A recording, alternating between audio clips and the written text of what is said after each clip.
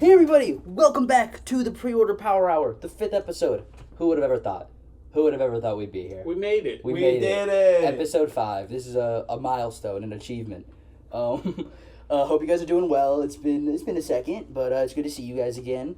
We're gonna have a little bit of a restructure going on this episode, just in terms of like, we're not just gonna be talking about new books. That's gonna be a good majority and probably the back end of the pod. But the first little bit, we're gonna do some stuff we've done before, but then just some new stuff. We're gonna try out some segments. We're gonna, after this, do what we've usually done, which is like what we've been reading, anything we've been watching, any media we've been ingesting, if we want to talk about. Then after that, we're gonna moving on to like general nerd news, and then we're also filming this the week before San Diego Comic-Con. Hopefully we'll have this out in time for you to be listening to this during Comic-Con, maybe on your drive up, maybe as you're flipping through bins, walking around the floor. Have us in your ear. Exactly. And then, we're just talking about, and then if that leads us to talking about any other comic-related news, and hopefully that segment will lead us right into us talking about all the new books and things like that. But yeah, speaking of the new books, is there anything specifically you guys are kind of excited to talk about that you saw on the list today? Well, it's not on the list, but it was just announced. I don't know, I forget the day in which it's being released, but it was announced that Chris Samney and Mark Waid are going to be adventuring on another team up together, Batman and Robin Year 1. I am so excited for that. People may know, people may not know, but I've certainly made it public that I am a huge Mark Waid and Chris Samney fan, and their Daredevil run is one of my personal favorites. I think it's the best Daredevil run. You can do with that what you will, but yeah, I'm really excited to see him teamed up again. I love Chris Samney's art so much, and seeing him on a full-fledged Batman book. I know he's done covers here and there, but just seeing him work his magic on this, I'm looking really forward to it. Didn't he do at the very least the covers, I think, for or maybe the art too, for the Titans World Finest? Yes, he did the covers. Did Mark Waid write that one too? Was that also? Yeah, because he was doing. Yeah, because that was kind of like a spin-off of the regular World Chris Finest. Has been doing a bunch of covers lately. Besides his Fire Punch or Fire Power. Yes, I think it's Fire Punch. No, Fire Punch is a manga. Fire Punch is Tatsuki Fujimoto. Yes. Fire Power is his Image series. He did Walking Dead? What? The writer. Oh, I thought you meant like he was also Kirkman. on Walking Dead. Yeah, Kirkman. Yeah. Which that one is on the shelves. I highly recommend that one too. But yeah, that's probably my favorite comic news that's come out recently. Very excited. What about you, Funky? Anything you're looking forward to specifically? Let's see on the list. I'm kind of intrigued by the Star Wars 50 issue. Oh yeah. I'm not the biggest Star Wars guy, but I have been kind of looking forward to like what's gonna be next after this arc. So I'm kind of unknown with like, is this the final issue, and then they're never like touching Star Wars after this? Yeah, right. Or are we going on like past Return of the Jedi? Yeah. Haven't they already done post Return in the? Yeah, but I don't count that. They've done a little bit, yeah, but like. I guess maybe that will be the... If you guys are interested in hearing about that, we'll be talking about that a little more later. But yeah, it's like they're ending Star Wars and Vader on issue 50. And because mostly all of them have been taking place between, Empire and Return? Yeah, 5 and 6. Yeah, so there's been a lot of... The first arc was right after New Hope. Right? Yeah. Okay. And then this second arc that's wrapping up was right after... Was that Jason Aaron's that was like right after New Hope? New Hope? Yeah. And then did War of the Bounty Hunters start off the new arc it was like in the middle of because I know that took place right at the end of Empire. Yeah, that makes War sense. War of the Bounty Hunters, because that was the beginning of War of the Bounty Hunters was Boba leaving Cloud City with Han. Yeah, but I think it already was going on. Did you say Princess Vespa? Like Star Wars Vespa. Oh, I thought you said Princess Vespa. I was like, that's Spaceball. But the Star Wars like series had already started. Okay. And then it went into Got it. And then it went into that. Okay. Yeah. I think that was like halfway through, like 20th issue or something. Okay. Did you guys read War of the Bounty Hunters? I haven't. It was good. I've barely scratched any Star Wars comics. That's what interesting. It makes sense. If you're gonna start, and that reintroduces Kira from Solo, the love interest that he has. Yeah. And do some pretty cool stuff with that. Oh my god, I got a burp. Wait for this pod. You all ready for this? That's probably not going to end up in the episode. But, Boo, keep it Leave in. it. Keep it in. Maybe I will. But, okay. But, yeah. So, and we'll talk a little bit. We don't want to talk about all the Star Wars stuff right now. We want to save a little bit for that later. What are you excited for, Ramon? What am I excited for? What are you excited for? Oh, the first thing that came to mind is Plastic Man No More. I left that for you. Thank you. Because it's I didn't realize this until doing a little research for this episode. It's the team who did Briar. Oh, yeah. It's the same writer and artist. Oh. And it's described as a body horror noir, which I'm like, okay. Fuck Yeah, that's right. I love body horror. I love noir. And I've been wanting to get more into Plastic Man. Yeah. So it's perfect. Speaking of Plastic Man, and this kind of, I guess, will lead us into our next segment with, like, general nerd news, I guess. Something I've been seeing a lot recently, posted around in, like, rumors and stuff, is that fucking Darren Aronofsky is in talks to do a Plastic Man movie. No way. I've heard that. I heard that, like, a few times recently. He's like one of the most powerful DC characters. Like, and, real talk. And they're good. That'd be... It's ridiculous, but Imagine, I feel like, if that is true, like a serious... Dude, I need a The Batman, but Plastic Man. I need the Plastic Man. Dude, the Plastic Man. Come on, let's fucking go. I need the that. Universe, just a bunch of movies with the in front. Dude, that'd be so good. And then I guess general news and stuff. Comic-Con.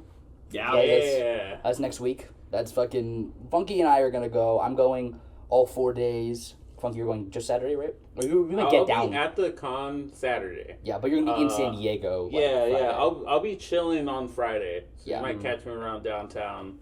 Yeah, I gotta get a drink or something. Not you, but I mean obviously. general audience. You will catch me at the shop because we'll be having a sale. During our sale. Yes.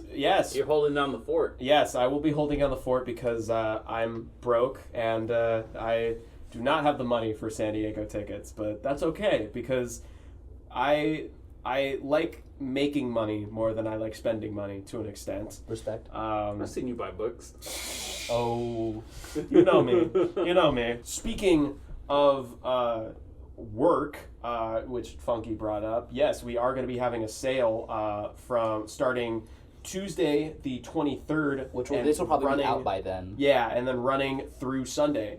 Just our little way of celebrating San Diego and hopefully bringing some of you eager folks into the shop. We're going to be having sales on our back issues and our discounted stuff. It's going to be, I believe, buy two, get one on all of the back issues in the shop. It's going to be buy three, get two on all of our 50% off books, and it'll be buy five, get five on our dollar books. So if those deals entice you at all, then I would say absolutely stop by and check it out. Come see me, come have fun, and enjoy not having to deal with San Diego traffic. Is there anything you're like specifically looking forward to for Comic-Con, Funky? Anything going on, or are you just kind of gonna go browse and shit? Any panels? Kind of go browse, yeah. I mean, I'm looking forward to meeting a bunch of artists. That's like probably my favorite thing is talking to writers and artists and stuff. Yeah, it's gonna be interesting this time because I'm cosplaying. So I don't know how that's gonna work out. Either the Forever Memory or I'm that guy that walked up to him as Bane. Yeah. Yeah, that's one thing. I've never really in all my years doing Comic-Con like gone out for signatures or like talked to writers or artists or anything like that. So that's kind of what I'm going to mainly focus on, picking up back issues and getting signatures. Like I want to get Tom King and Mitch Sherrod to sign my Mr. Miracle. I want to get Daniel Warren Johnson to sign anything I have. I don't care. Probably I'm thinking my Beta Ray Bill, just because that was the first thing I ever read from him. Yeah. So like I don't know. I feel like that'd be like as much as I'd maybe like to have my dual power. I might bring like multiple in case he'll sign multiple. Like two, but for sure that's like the one I want to. Cause that was, I mean, when I met him, he was super chill, and anyone who has maybe watched an episode of the podcast, me and Ramon do not make it private that we are huge Daniel Warren Johnson fans, and so I got the opportunity to meet him at WonderCon. Yeah. Last year, so not this WonderCon, but the last WonderCon, and man, I was such a goddamn geek, and I usually am pretty cool about keeping my chill, but he was super cool, and I think maybe he'll sign whatever you want. Yeah, who knows, man. But and I'm trying to think if there's anybody else. Somebody I think I want to go see because I didn't see them at WonderCon is the guy who did Beneath the Trees. I was definitely gonna walk up to him as Bane and be like, "I talked to you on the DMs." Because I can't wait to see you in September. Because we're gonna try to have him here when the trade comes out. Yeah. Dude. I talked to him at WonderCon. Him and his manager. Yeah, and then I remember you were texting with him on the Instagram, and I there wasn't a response yet, so I jumped in. Yeah. No, good. What's it called? So that's gonna be if you guys are in the area and you guys read that series, which is I finished it like the last 2 weeks, even though it wrapped up a while ago. Like I was just catching up with old back issues. Really cool. And at Comic-Con, there's going to be a new Ashcan that's released that is going to take place before the book. It's going to be like a little prequel that's about like the main character, I guess, before she moved to the town it takes place in. Ooh, so yeah, I thought that was cool. So if you guys are fans of that book and you guys are maybe at the con, maybe go check his stuff out, man. It's the art. I love really gory shit, and the gore in that book is top tier. Very good. But Are you gonna drop any leaks during the Marvel panel? Well, where you get tackled?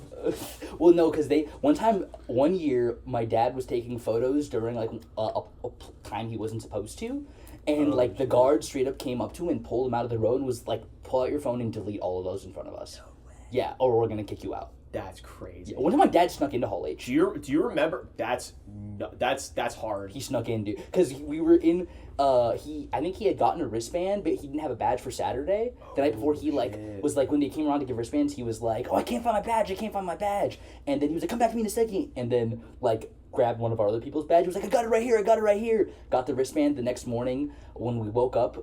That's gangster. My name, since we have the same name, he took my badge and put it over and was like, "Hey, dude, we're going to the hall." Like my son, last night when he was sleeping, he lost his badge. He was like, "Dude, you're all good," and just let us in. And we got in. Dude, knowing how hard it is to get into Hall H, that is. There's some crazy stuff. There's another thing I don't even want to fucking. Talk about that. I'll tell you guys later. You don't want to. Well, no, I'll just cut this part out. One time, a dude. Look, I've never been to Hall H, so I can't really speak on it. But I get the energy. I get being there. It's a crazy experience. I bet it's a drug. That's the only reason I go back. I honestly, I get it. I get it. I can't speak on it. It's just it's always funny where it's like people are gonna spend so much time and money to wait in these lines and to get into this hall, and then everything that's brought up in those things is just gonna be put out on YouTube an hour after. They do show stuff. I saw a trailer for Guardians 3 a year before the public release. Okay, so that's pretty cool. Was the best trailer for the third movie. I don't know if they weren't able to get the rights for it for the actual theatrical trailer, but it was fucking. Do you realize how sad that is over Guardians 3 trailer? Dude, I was bawling. Dude, I remember when I watched that trailer, and I'm such a big Flaming Lips fan, and Yoshimi is such a good fucking album. I saw them live, and that fucking song in that movie is not nice. James Gunn is not a nice person for putting that song in that movie to make me feel things.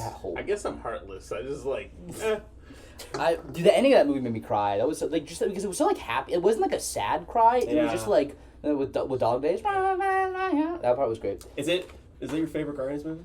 I think so. It might be.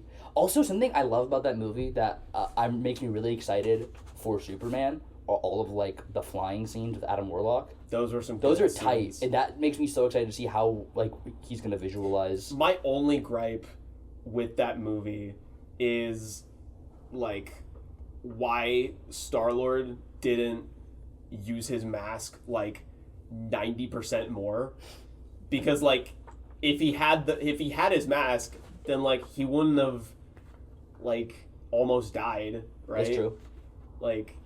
Do you think he Mystique did or whatever her name is, where he's I don't want to be playing blue anymore? Maybe. Well, they just CGI it over his face, I think, at this point, right? Well, it's more of like the FaceTime. Yeah. That's true. Yeah. Guardians. I would say Guardians 3 is definitely. My face needs to be out on that screen. Like that's why fucking Guardians 3 is definitely better than Guardians 2. I think. Guardians 2 is good. Guardians 2 is good. Don't get me wrong. I like all the Guardians movies. I think they all have some great things to them. For me, like Guardians 1 is just like there's something special about it. It's got that magic. There's that underdog. Yeah, and you feel that energy. You know, you feel it like watching it is like it's crazy how they like greenlit it and like B it's crazy to see like how big they became because of that movie. You know. Yeah, that's one thing James Gunn really knows how to do. He knows how to take. Look at the Suicide Squad. You know, who the fuck would have ever thought Polka Dot Man would be like almost fan favorite character? Like that's fucking crazy. Yeah. Even like Peacemaker. Like who the fuck knew who Peacemaker was before that movie? And now literally no one. Now obviously just the DC synergy and movie synergy. Peacemaker's like bigger in the comics now too. Yeah. Which Peacemaker Tries Hard was really funny. I do not read that one. Did he fight fucking Snowflake? I think that's his name in it. Who's like the supervillain who's powered by cocaine. Which I love. And I don't know. And there's that whole thing where it's like the teenage Deathstroke that they clone at the end, and then like he just basically becomes like Peacemaker's son, and like at the end it's like teenage Deathstroke like playing video games in Peacemaker's trailer. That's so funny. Like and shit, it's so fucking funny. Shit. They did I think that was the same writer who did the Wild Dog short story. Yes, which I really enjoyed. That I was thinking of doing a Wild Dog. That was in Batman Brave and the Bold. Yeah. If they do a Wild Dog story, I would love if they did. If they got that guy to do it. And I love Wild Dog. I'll be honest. I don't know shit about him, but I just remember. Well, because the hockey pads. Well, yeah, it's because like when I was growing up and I was like going through my dad's comic collection. He had a Wild Dog issue 1, and I just remember like thinking that cover was so cool. It's his first appearance, right? So hard, yeah. And like, so now I'm just like, it's kind of like Rom 2, where it's like I don't know anything about Rom. I have not read a single Rom comic, but I just think he's cool. We all have those characters. Which, like, I've never read a single thing about them, but holy fucking shit, I love them. I just think they're cool. Yeah, that's I just think they're neat. That's a good march. Thank you. I was gonna fucking I was gonna say something. What the fuck were we just talking? Oh, characters. Yeah. What was it? Wild Dog. Wild Dog is in the Suicide Squad Get Joker comic. Oh yeah. He's really good in that. Jason. Yeah, did you read that? That one's good.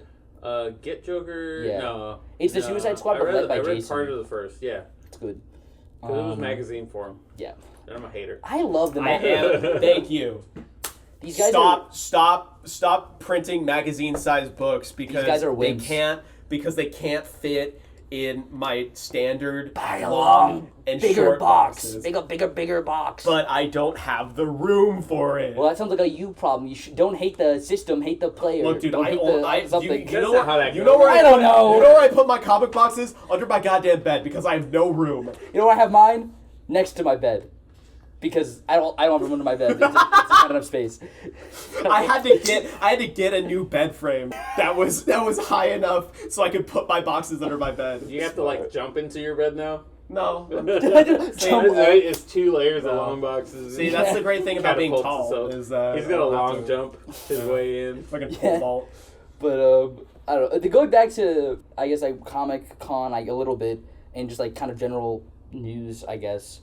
We heard about. We all know about the new Absolute books. Yes. Yeah, I'm pretty excited for Broke Batman. Broke Batman sounds. It reminds me because for those who don't know, DC's doing a new thing. It's basically they're doing their own Ultimate Universe. Yeah. Where it's called the Absolute Universe, and it's new takes on all the characters. It's Wonder Woman without Themyscira and the Amazons and shit. It's Superman without Krypton being in Kansas, Metropolis being like having the Fortress of Solitude. He's just kind of on his own, and same with Batman. There's Broke, no Alfred, no nothing, just Batman on his own. Which at first I was a little like, okay, this is pretty like oh, Marvel's doing really good with Ultimate. We gotta bounce back. But DC started that shit. They did start Elseworlds and Multiverse. That's true. They did do Elseworlds. So I get it. And honestly, if anything, this has been the first time that they've had an ongoing Elseworlds, right? I would say. No, they have a bunch of ongoing Elseworlds right now. Ongoing? Yeah. Like what? Ongoing. Fuck. Oh, Gaslight's You're right. technically- That's mini. I was thinking of they tend to keep it at short. Yeah, or 12, stories. like a maxi or a mini. Yeah, but when I saw Scott Snyder, and Nick Dragotta. Earth 2 is ongoing. Yeah, I don't think it. Yeah, but Earth 2 that was ongoing. I feel like New 52. I feel like it was like 3 volumes or something. Yeah, but that was probably because it wasn't selling well. I have a feeling that Earth 2 book was probably their original idea of doing something like the Ultimate Universe. Probably, I agree, because they had all the different versions of the characters. There was definitely was that during Rebirth also. No, that was the beginning of New 52. Yeah, it was. Yeah, it was. Earth 2 was interesting because I remember I was reading that when it first came out. Really? And, and I messed with it for a good chunk. I thought it was interesting how they were using it as a title to kind of revitalize and kind of reboot the Justice Society. Yeah. And so I thought that was dope. And for the first couple volumes, I was like, "This is kind of dope." Did they bring back Thomas Wayne in that universe too? Yeah, that was different. It wasn't like he wasn't Flashpoint, right? Because Batman. Because the whole plot is the beginning. Darkseid invades Earth and kills Batman, Superman, and Wonder Woman, right? Yes. Oh, he doesn't kill them, but like they. Well, I know Superman does come back eventually, but he's like brainwashed and like, works for Darkseid. Yeah, so like I think Steppenwolf like stabs Wonder Woman. Yeah. And Superman. Batman blow up. Superman blows up. Batman blows up. Like, Batman blows up too. And like his fucking like cars like flying. Or I think he's like deactivating a bomb or something, and then it like. Yeah. But yeah, I thought Earth 2 was cool, and I honestly the lineups that they have on these all-in titles are pretty solid. Who's doing Wonder Woman? What has she done? Stephanie Phillips. What has she done? A lot of X-Men stuff. Really? Okay. Yeah, she has. That's pretty cool. Yeah, isn't she doing Birds of Prey right now? No. I think Kelly Thompson. Kelly Thompson's doing Birds of Prey. But I've heard Stephanie Phillips' name around a lot. So it seems like they're getting like this time it seems like they're actually prepared to make it ongoing. Where it seems like Earth 2, they're like. If it sells well, Rebirth didn't work out, and then they were doing New 52, but they were probably like, New 52 was first before Rebirth. Huh? It was New 52 then Rebirth. Yeah. Flashpoint. And Flashpoint. Rebirth was like Doomsday Clock. Oh yeah. Yeah. So this came out during New 52. Yeah, that was like the beginning of New 52. They did. Okay. Yeah. Well, that's what I'm saying. They were probably trying to do like an Elseworlds ongoing, and it just didn't work. And New 52, and then New 52 was tanking because like the whole point was to recalibrate the continuity. Yeah. And then they messed up the continuity. So then. Well, look, they didn't really mess it up. They just kind of. Well, did they mess it up? Well, they just changed things. The only thing for the thing that's that communication between other writers. Yeah, and also with Batman, all of his stuff was the same, right? All of his stuff was the same, except they somehow made it where like he's only been Batman for 10 years, and yet Dick was Nightwing, Jason was Red Hood, Tim was Red Robin, and there was Cassandra and Stephanie and Damian, but like all in the span of like 10 years. Okay. So they basically like speed ran just. But and then Rebirth kind of backtracked, right? Kind of. Batman for Rebirth was weird because they didn't really change him at all. That's true. It was basically just like story a new going. Right. I think they basically Batman did well compared to all the other ones. Yeah. I mean, they basically. A lot of people didn't like the Superman one, right? Yeah, Superman Rebirth. I forget who that was. 52. No, yeah, because that was Morrison. Was that? I thought it was. Didn't Jeff Johns do it? No, he did Justice League, right? Yeah. Okay. You might be thinking, or no, wait. No, I'm thinking of Action Comics. Grant Morrison did Action Comics. But anyways, they messed up then. So then now we're getting Absolute, where I think they're prepared. Yeah, to like. They're like really trying to launch this as like a separate. How much you want to bet? Like they're gonna like? I feel like they're gonna totally do something where like they'll have a Justice League type book, but they'll probably end up being like the Justice Society or something. You know what I mean? I feel like that universe probably isn't going to be the Justice League. They'll probably do something else, maybe. That makes sense because they haven't had Justice Or maybe League. they're going to do something crazy. Maybe they're going to be like the Authority or something, because like they do seem like darker versions of all those characters. Yeah, that would make sense because like currently there's no Justice League title either. Yeah, that's true. So they've only like done. If They've only announced. If they decide to bring Justice League back as a main title, they're gonna want to do the Elseworlds as something else. Yeah, right. Well, because the only all-in universe is Batman, Superman, Wonder Woman, and then they're just doing All In is everything. Yeah, everything is like a part of the new All In like initiative thing. right. Where it's like everything's gonna have like new jumping on point. It's literally what they did for Dawn of DC. It's literally just Dawn of DC again, but where it's like new jumping on points for everything. Yeah. But Dawn of DC also is like if you'd already been reading, it didn't really affect you. That's true. That's true. This is gonna be like. It just made it easier for people to kind of. But this is they're really treating this as like, hey, this is a place this is for all on you. Yeah. Which is I'm on Wonder Woman and Superman right now, so I'm thinking about dropping Action Comics when that happens and replacing that with Batman.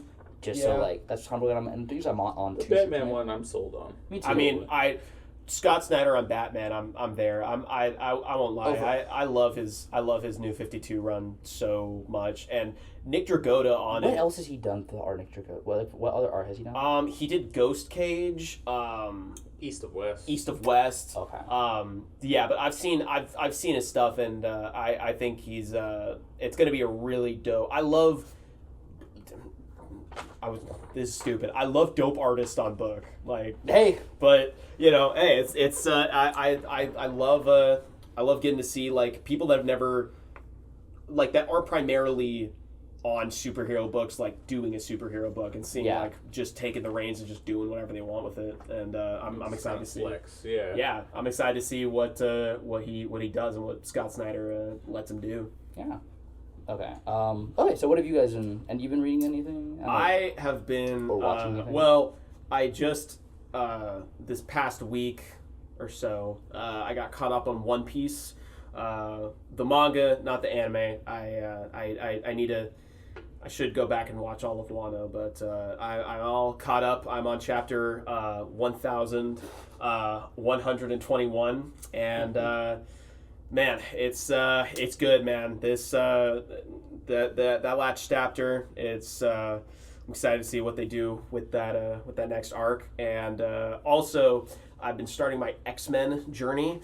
I started with Giant Size #1 and have just been reading through the Claremont stuff. I'm currently, I don't know what issue number I'm on, but they're on Mur Island, or Moira McTaggart's island, and they're fighting Mutant X right now. But I'm loving John Byrne's art, and I'm excited to see how it leads into the Dark Phoenix saga. And after that, I'm just gonna keep on the X titles. I've got new X-Men lined up, Astonishing X-Men. I'll hit the Decimation era, Messiah Complex, and Second Coming, and all that, and then maybe I'll hit Krakoa. But I'll definitely read House of X, Powers of X. But there's a lot. I'm definitely cherry picking, but hopefully I've cherry picked good. If you've got any recommendations for series, let me know. See, I'm on the opposite side of that. I haven't read a lot. I've only read a few of like the important X-Men stories, and I haven't read any of Krakoa or anything. But I'm just jumping straight into all the new titles. And I respect it. Yeah, I'm like, hey, hopefully I'll be able to follow, which I did. I just read the first X-Men issue today of the new Jed MacKay, Brian Stegman book, which was really good. I really liked it. It's interesting what they're setting up. The art obviously is fucking great. I like the cast. I didn't know anything about like Quentin Quire before. I like them. They seem very silly and very funny and very like I forget what they were on Grant Morrison's. That makes sense. And there and there's also Temper, who I don't really know who that is, but she's pretty cool. But that first issue was really good, and I'm gonna be reading fucking all of the new ones. You're on the ground reporter. Yeah, I'm reading a lot. I read I think out of everybody that's I'm reading the most like current stuff. I read a lot of stuff coming out right now. which is really helpful. Yeah. It helps us be keyed in on what's good. I try. Like today I just read Ultimates #2. I read Death in the Family. It is Death in the Family. Yeah. Robin Lives. I read that. Issue 1. I read... Like I said, I read X-Men today. I've been reading Batman and Robin. I've been reading Superman. I've been reading Wonder Woman. I've been reading a lot of DC. Falling in Love on the Path to Hell. That looks really tough. That first really, we issue sold out of it so quick. But yeah, so that, and I've just been reading a lot of different stuff. Right now, the one that's sticking out of my head the most is Ultimates. That second issue really surprised me. I really liked it. But yeah, that's kind of, I've been reading. That's Funky. You've been watching anything? You've been reading anything?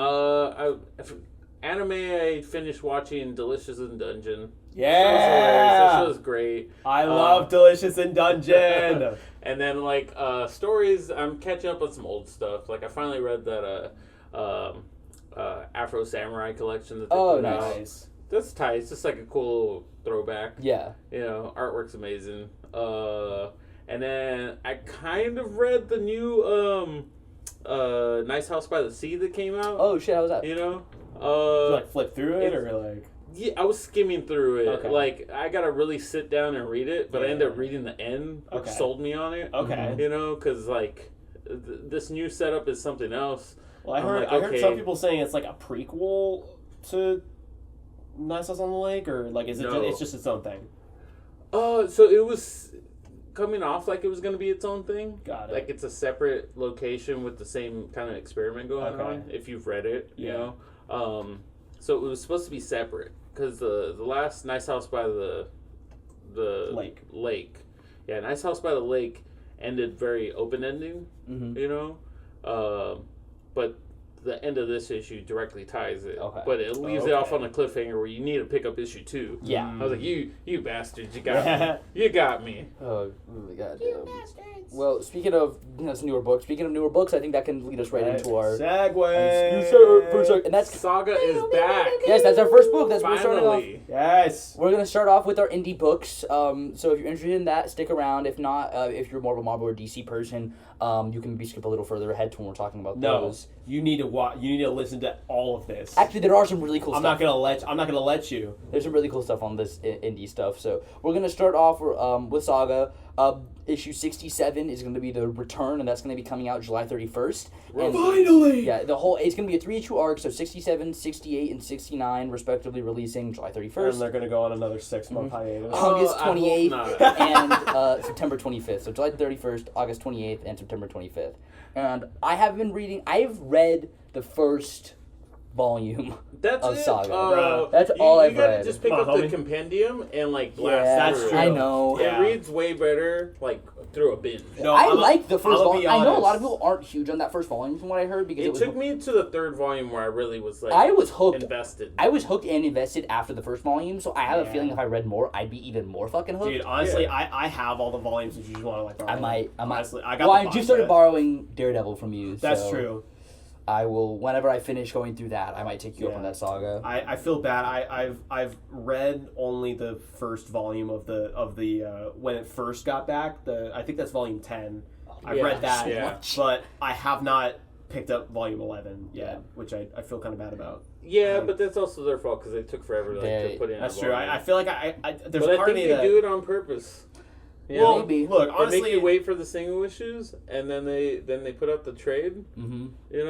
And then they make you wait again for everybody to pick up, get in the trade. Yeah. Honestly, unless it's not on purpose, then I'm just throwing you under the bus for that. I think patience is a virtue when it comes to comics and comic creators, and I think honestly with me and how much I love Saga, my dad just finished. I think he just finished getting caught up, and he loves it, and I think honestly, Brian K, take your fucking time.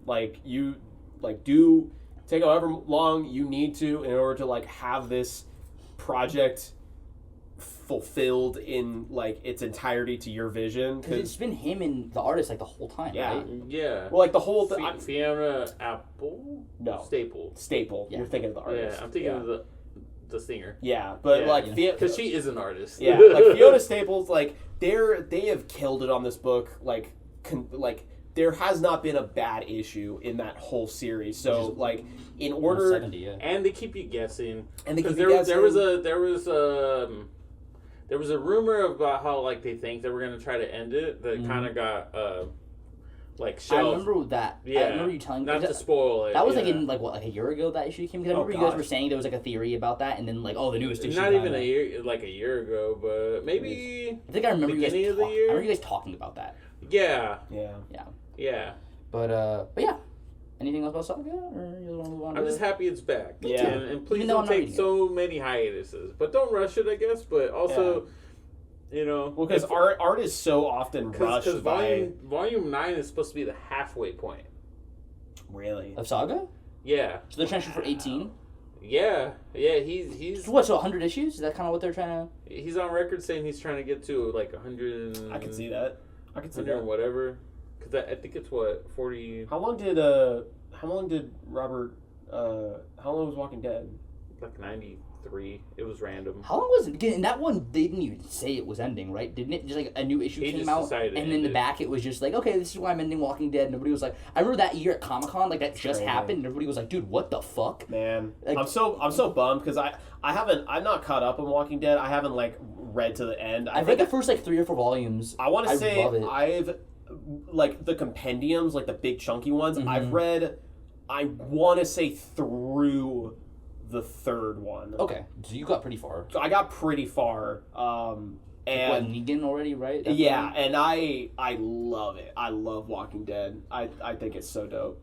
You know, you could blast through really quick. This Garfield book is Garfield. Very similar to the new Powerpuff Girls book. It just like their new Garfield book coming out, first issue's releasing August 7th. The second one, September 11th. Oh. It's going to be silly. It just looks like the show. It's going to be short, fun, little issues. If you like Garfield, if you like 4-issue miniseries. Yeah, right? If you like cartoons, if you like Garfield. If you hate Mondays. If you like lasagna. I actually love Mondays.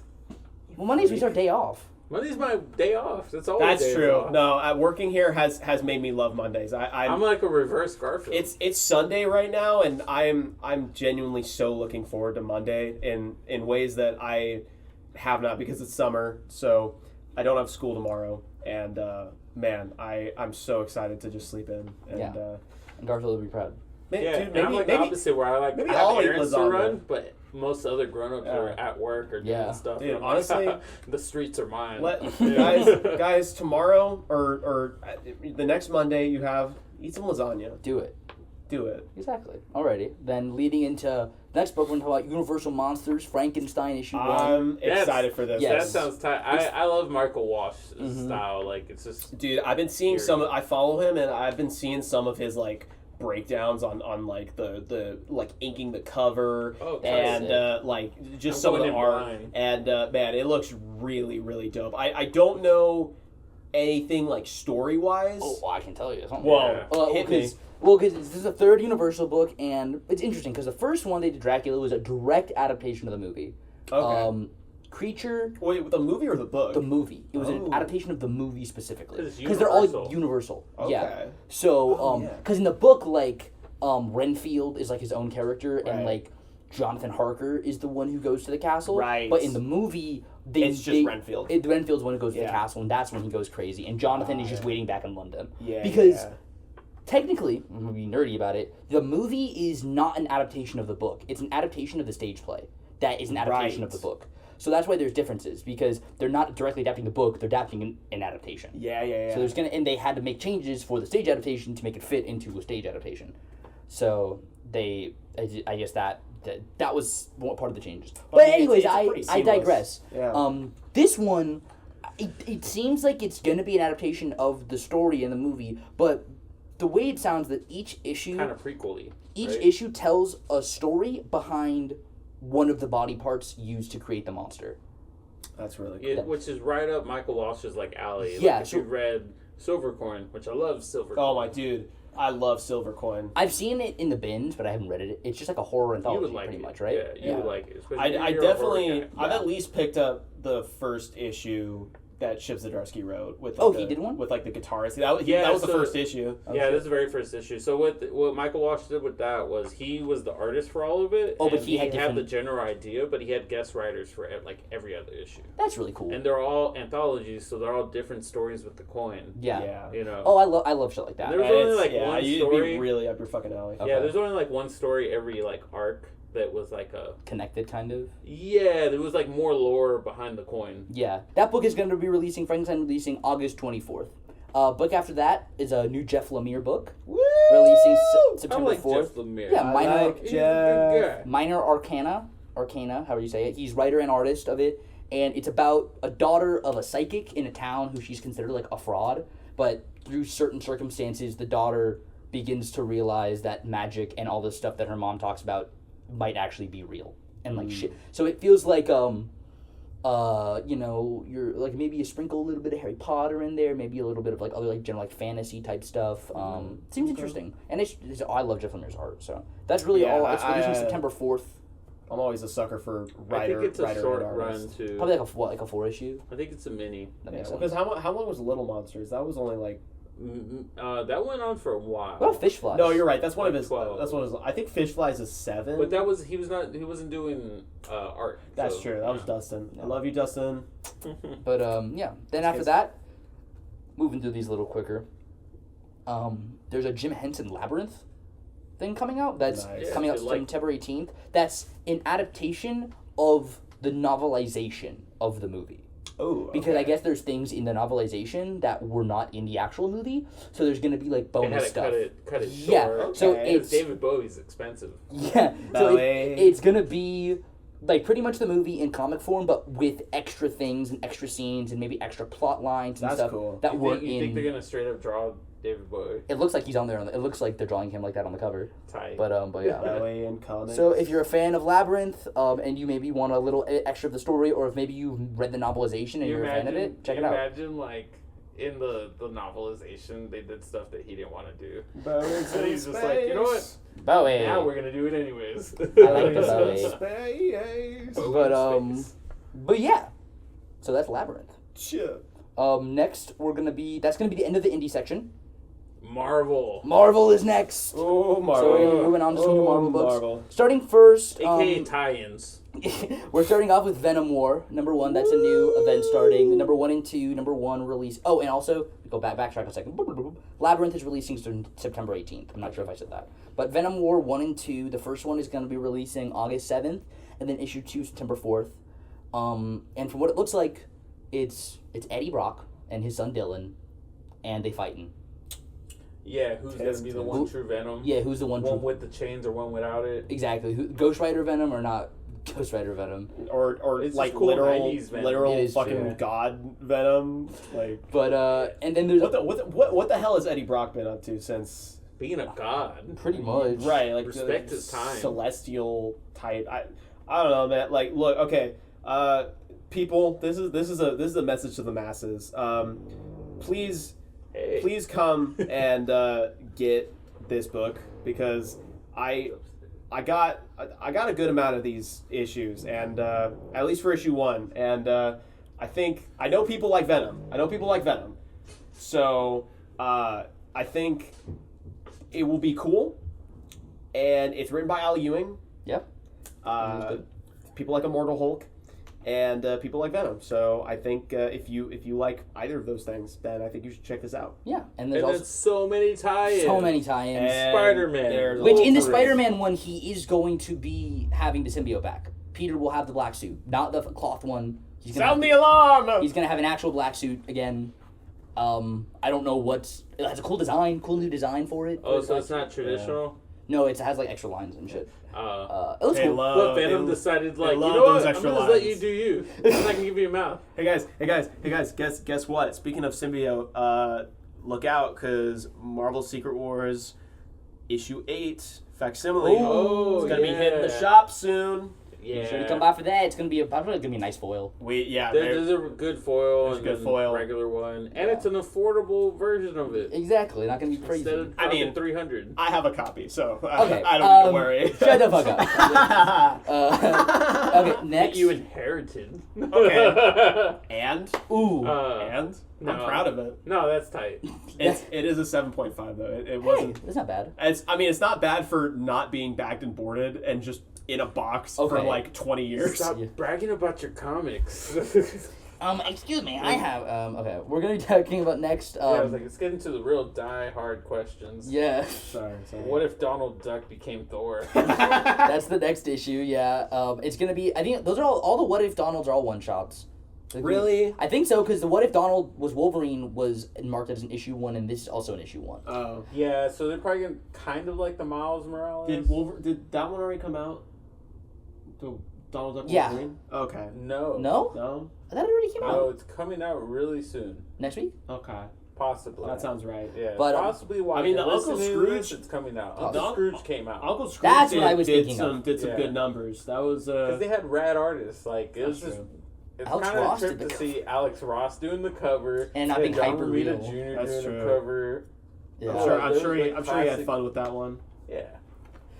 But and then there's in that book it's Donald Duck. He's like on a fucking sort of like what's it called? He's somewhere. He's looking through some ruins and he finds a cane. And he's like, oh, what the hell is this? And he grabs the cane and Classic Thor. And it's actually Mjolnir and it transforms him into Thor. Mjolnir.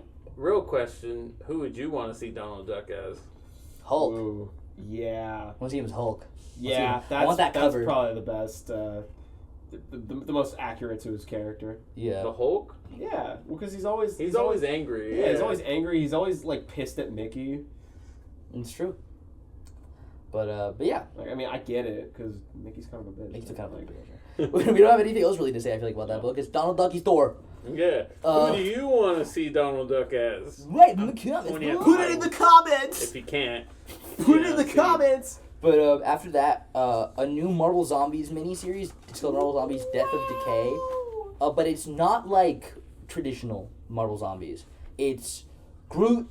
It's all Groot's fault. Groot's a little sick. He got a little cold, and he's like a space sick tree sickness. He got some sap. He like he's hanging out with the Avengers and he like sneezes on one of them and then they so become zombies. Basically a Marvel executive was like, man, was it Left 4 Dead? No. What's the? Oh wait, it's kind of like that. Oh fuck, what's that? What's the one movie? I think it's Contagion. Video game.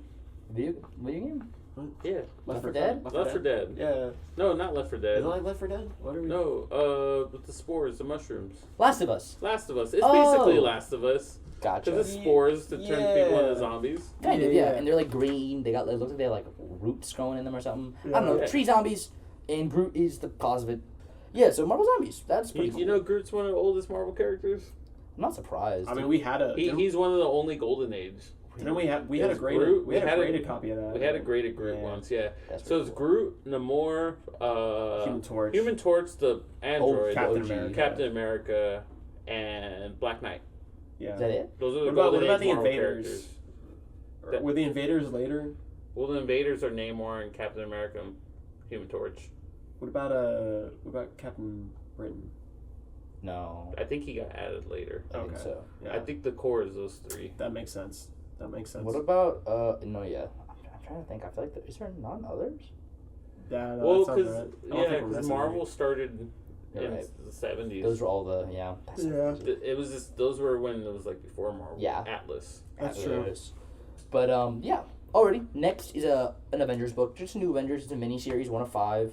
Releasing. Oh, and the Groot one.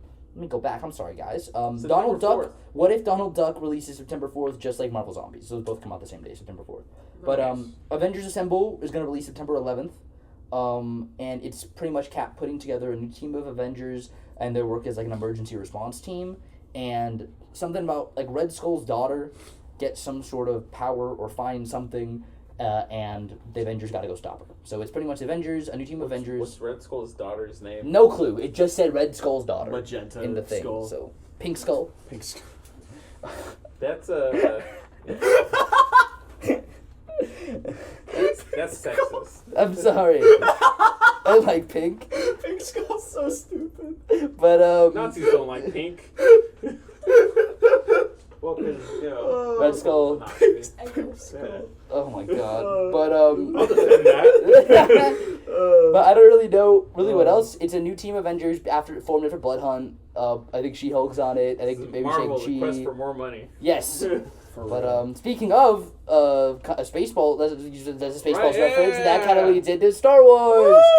We kind of briefly touched on this earlier. The new Star Wars books. Well, not new. So regular Star Wars and Darth Vader are both ending at issue 50. And they're going to launch off into new titles. I don't think there's going to be another Darth Vader book, but there's definitely probably going to be another Star Wars #1 at some point. That would make sense for them to just not do a Darth Vader book. Yeah, I feel like he died. He's dead. Yeah, I feel like we've explored but if you don't know most facets of Vader. Yeah, I don't think we're missing anything. Yeah, if you don't know, like all the current Marvel Star Wars issues have taken in between all of the trilogy movies. Mm-hmm. So I'm kind of curious if that means if we're gonna eventually get a new #1 and it's gonna be going past Return of the Jedi and talking about him starting the Jedi Academy. Yeah, I want a I'm Knights of kind the of curious, Republic book. but it also seems like this could be a swan song and yeah, be done for a while and just do like other because they're doing they have the Inquisitor book, they're doing all the adaptations. But if he's talking to Ben, then like because the whole beginning Ben. of the issue is that the Star Wars issue is I don't know if like the previous issues are going to build up to this, or if issue 50 it's just going to be like a jump into the future. But the way they described I think it's 49 is the big build up, yeah, and then 50 is like a swan song wrap up. Yeah, because the story is Luke telling Ben Solo, Kylo Ren, a story about the Rebel Alliance, and the thing it says it spans all across the fucking Star Wars timeline or whatever. Does that make the new trilogy canon? Of course. What do you mean a new trilogy? Of course it's canon. It's gonna be anyways. Yeah, but I want it to be. Yeah, it'd be cool if we get maybe a Luke and Kylo book, or Luke and Ben book, but like in like showing like them building up the Jedi Order. Shit about Kylo.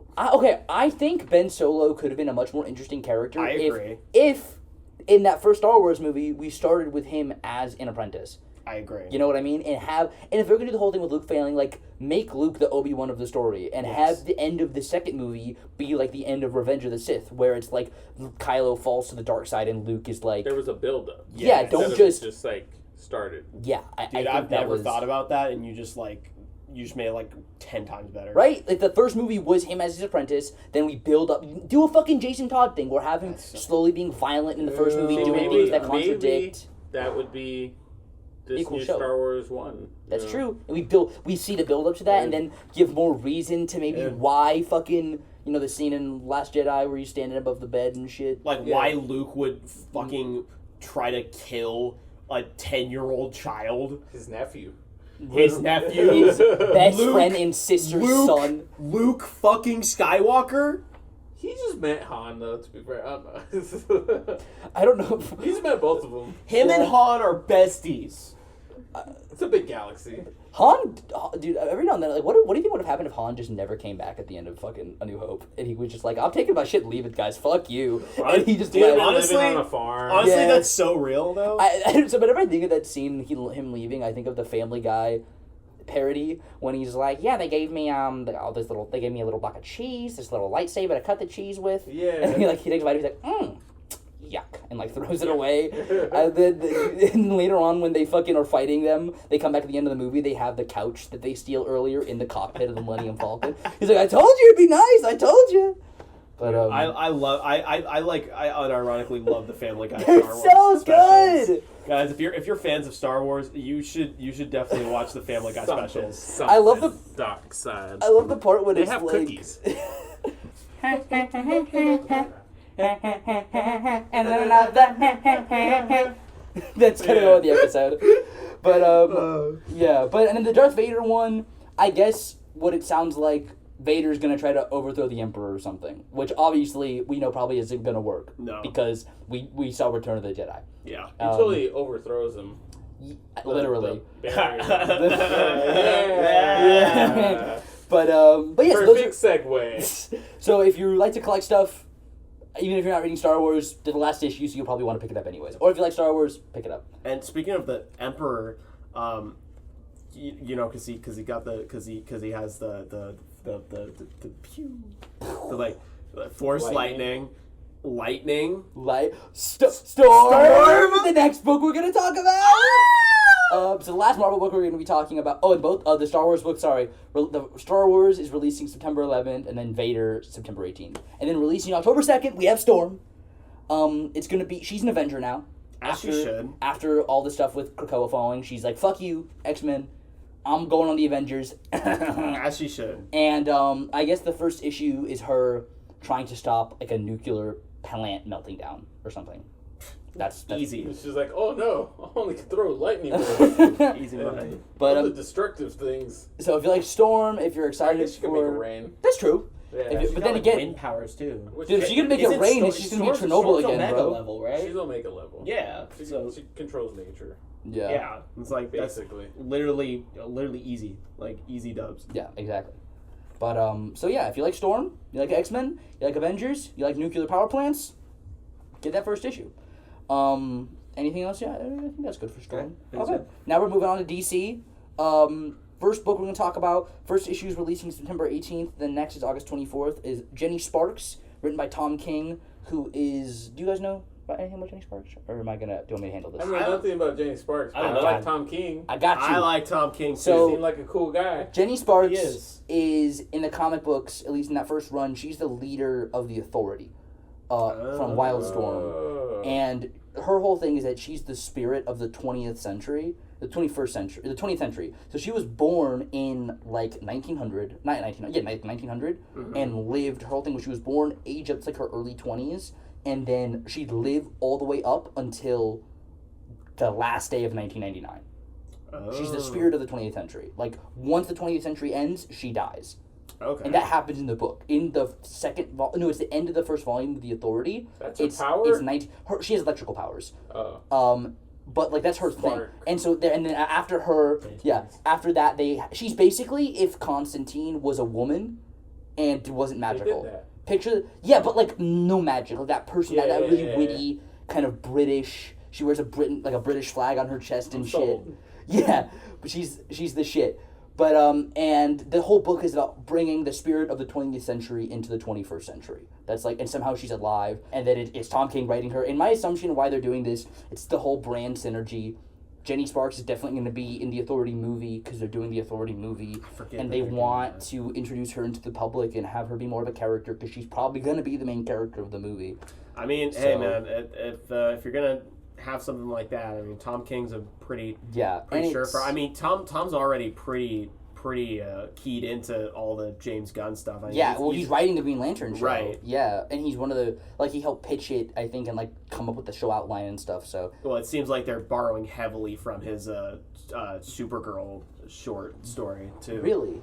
Well, I thought they were doing a Woman of Tomorrow. Oh, Supergirl short story. I thought you meant... Okay, they're doing Woman of Tomorrow. Yeah, sorry, I was confused. Which is in a hardcover this week. It is. I'm so excited about it. And he's at the con, right? Yeah, I'm going to try to... I think so, yeah. I'm going to... Hey, and he knows the shop. He knows the shop. I'm going to mention the name. He's commented. Maybe he'll recognize us. That'd be funny, guys. I'll be his Bane and be like, Tom King. I really liked that story where I took over Gotham. Tom King knows who we are, guys. We're pretty hot stuff. Yeah, I gotta say. Yeah, he's liked our post. Yeah, he has.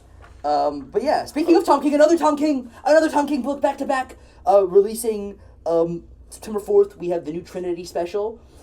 That's going to be a new story about Trinity and adult Damian and John as Batman and Superman. It looks pretty fun, and it looks like I've been enjoying it. Yeah, and it looks like it's gonna be them going against like Darkseid.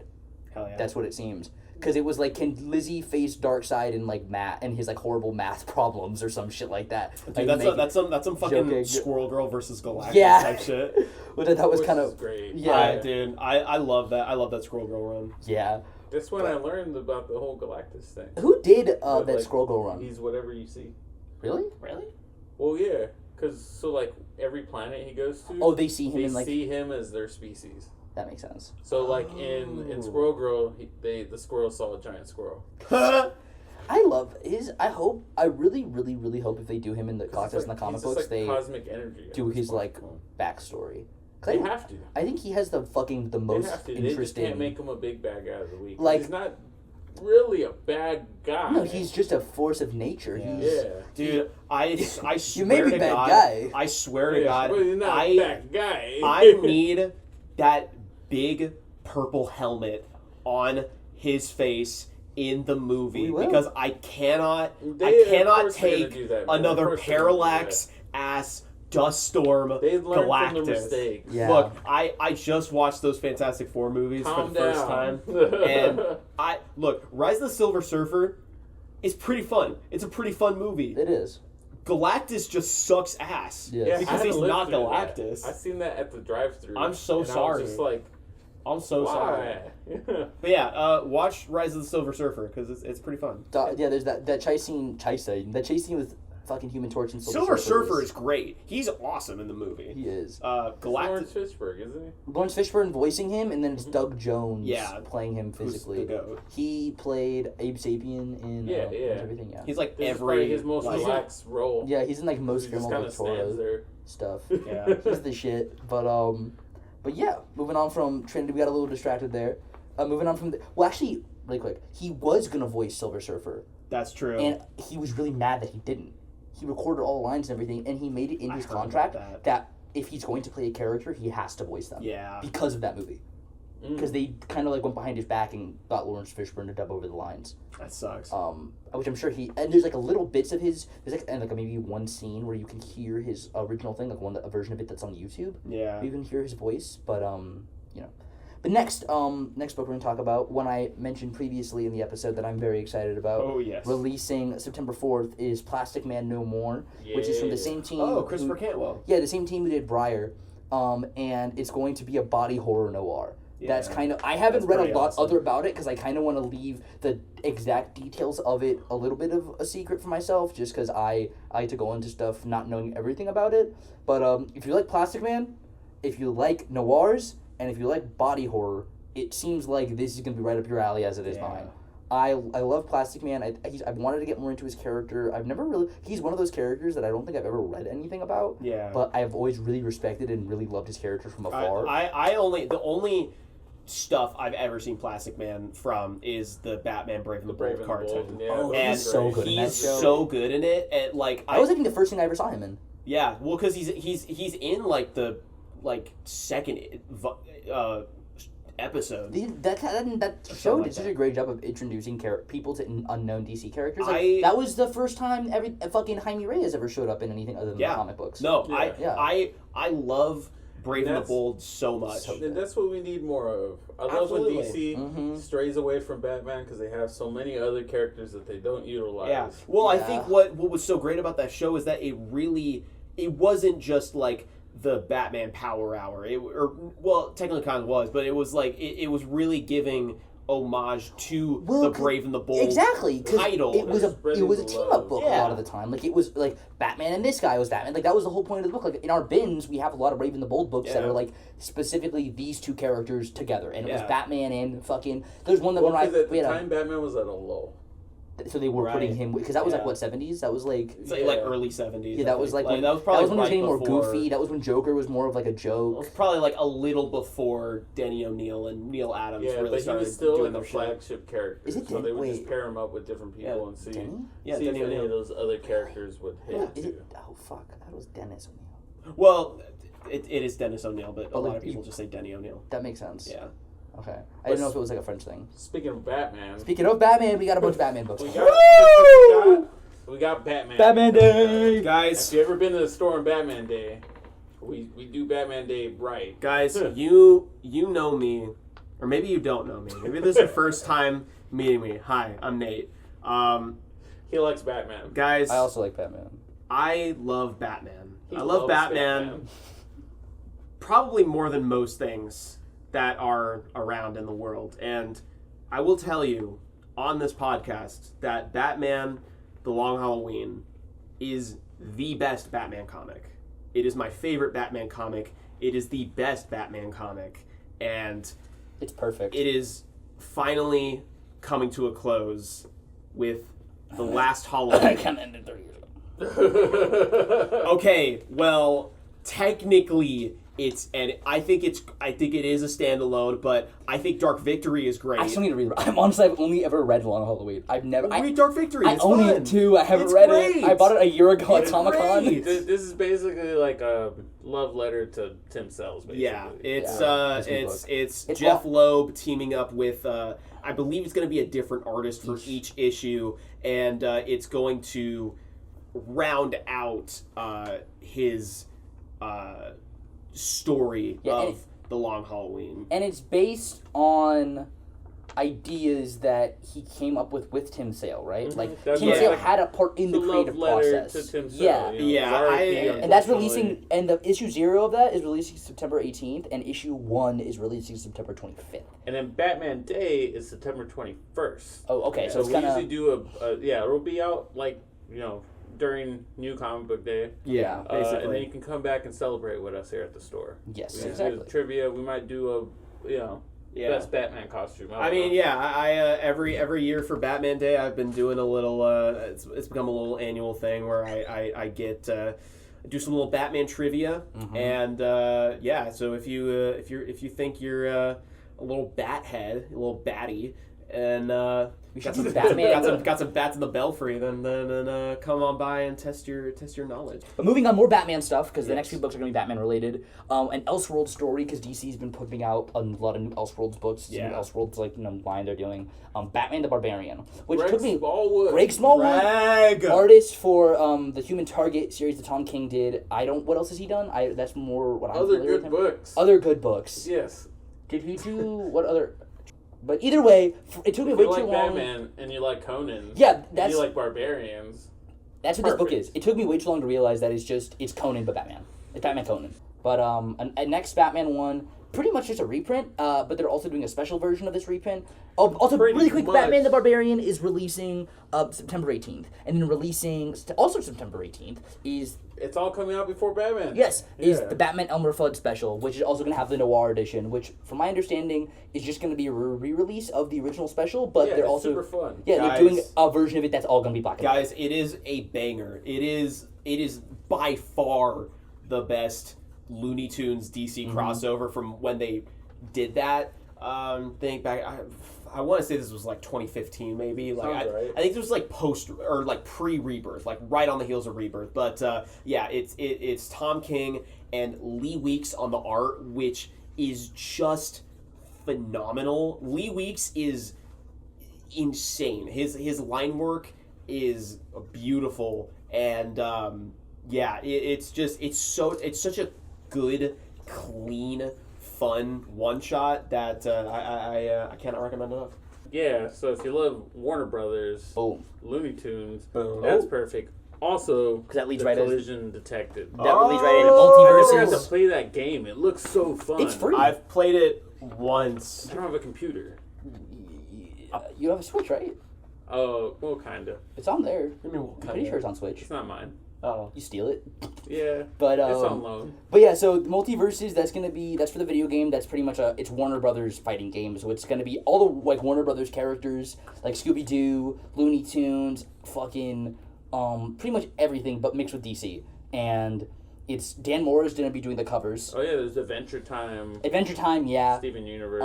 And it looks all that stuff. So. If you like any of those like Warner Brothers IPs, if you like the video game, and Cartoon Network in general, the art art inside looks pretty cool too, because the art kind of resembles the art styles for the video game. And Dan Mora is doing all the covers. And Dan Mora, Daniel Goat Mora, I love you, and the covers look great, and I want you to be on every book. Every single. Dude, imagine him on a Spider-Man book, dude. Ooh, that'd be cool. Dude, I've seen some of his like commission work for Spider-Man, where he's done Spider-Man. Oh, I don't even want to look at it, dude. Oh my god, it's so good. I'd lose it. I think that's how I feel about Daniel Warren Johnson looking at his Spider-Man stuff.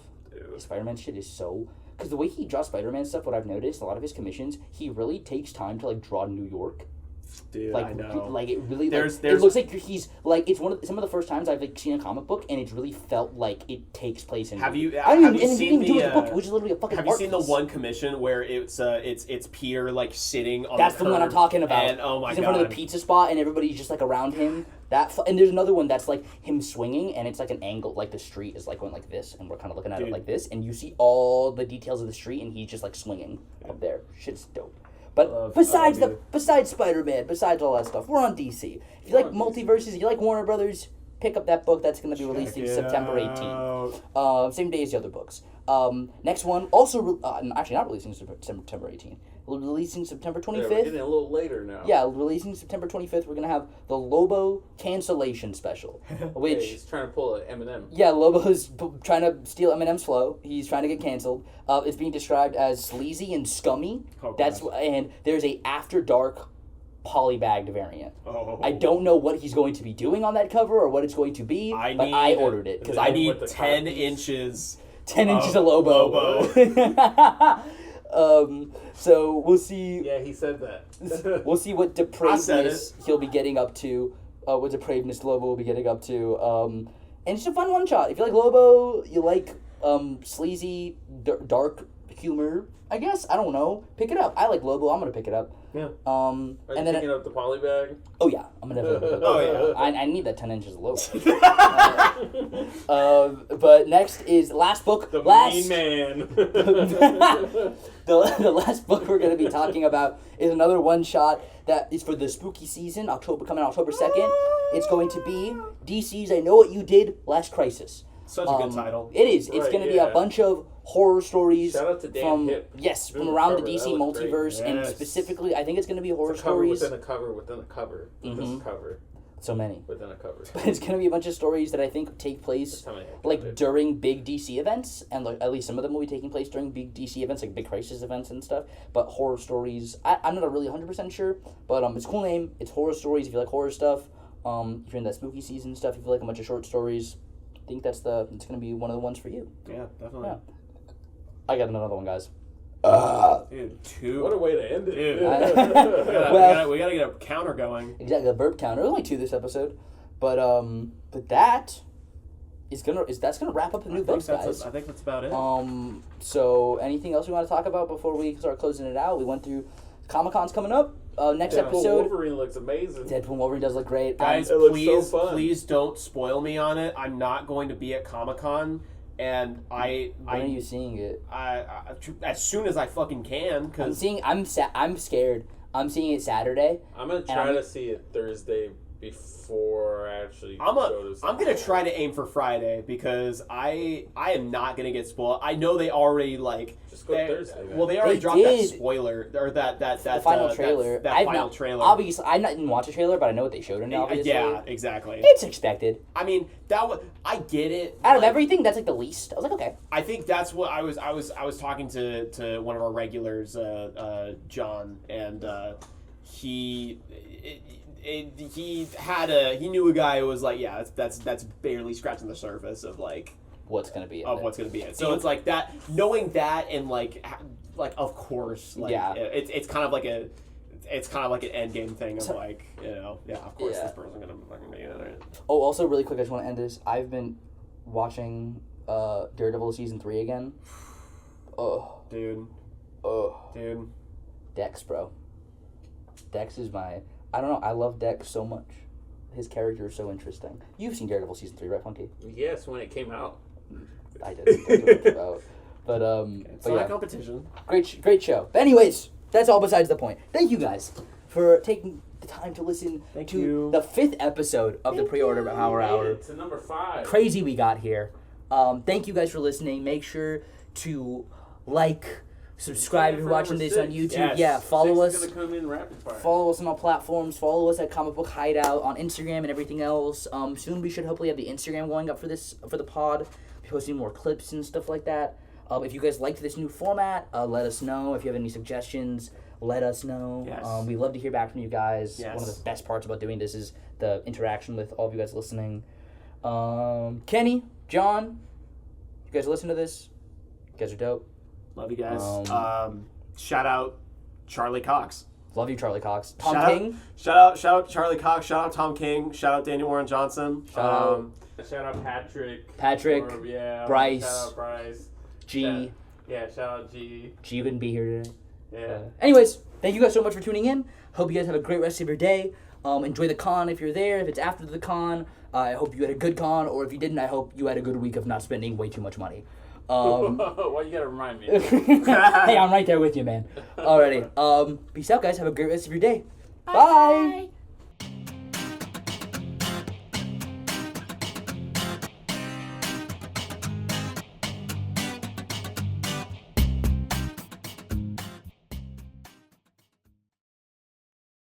Pre-order Power Hour, the Comic Book Hideout podcast, is hosted by Ramon Casada, Nate Basil, Nathan Smith, and Mark Garcia. It is produced by Glennis Speak and Bryce Rankins. This episode was edited by Ramon Casada. Logo designed by Nate Basil. Find us on Instagram at Comic Book Hideout. The opinions voiced by the host of this podcast do not necessarily reflect that of Comic Book Hideout Incorporated. Copyright 2024. All rights reserved.